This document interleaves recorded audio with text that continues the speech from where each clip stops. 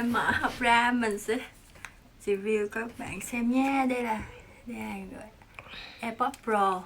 Yeah. Okay. Ok, khui nè. Wow. Oh. Rồi, tôi cắt quá. Wow, tại sao không ra? Thôi tắt đây qua.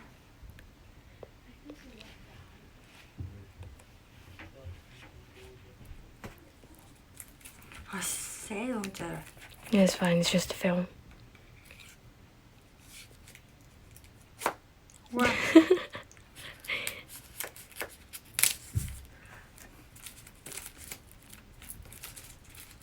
Con dễ thương quá à, con cười đẹp quá, dễ thương. Cảm ơn. Ok. Mình không mousse. Ok. Đây là cái hộp. Dạ. Rồi mình mở ra nha các bạn. Okay. Let's see inside. Whoa, whoa, whoa, whoa. Wow.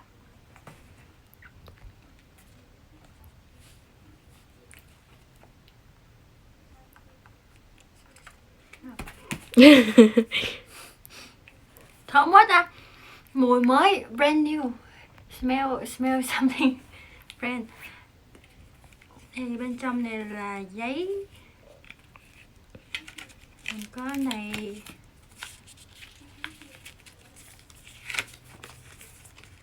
Bạn hướng dẫn nha.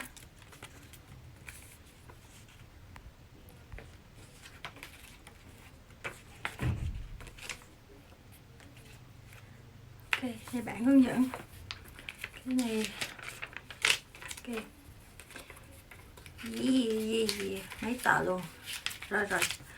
Ở bên này nha. Cũng tờ nữa. More paper. Yeah. Ok.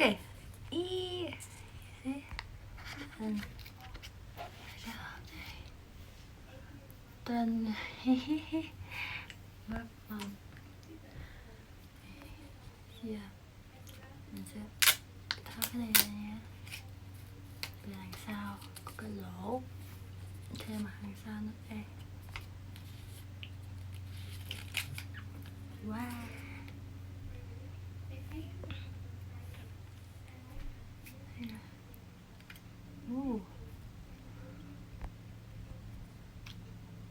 Yeah. It's fine. Hay. Là hay.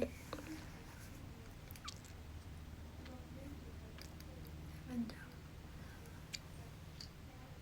Thấy không con? Ha.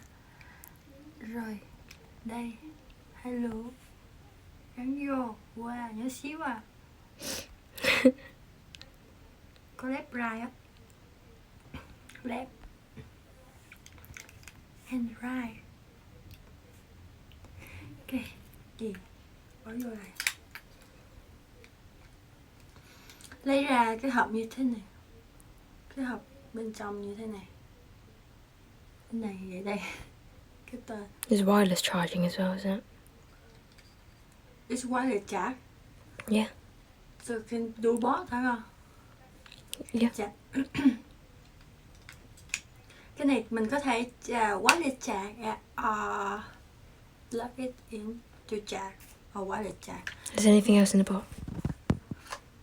Alright. Yeah. Yeah. Yay! Okay, go. You got the cable? Keyboard too. Yeah. Is it USB-C? Keyboard. Thấy không con? Gì không dám mở rồi con ơi. Đây là cái keyboard. Và nó USB-C to lightning. USB-C. Con nói tiếng Anh luôn đi con. I don't know. Yeah. What's this? Không biết nữa, gì không biết nữa. What's it?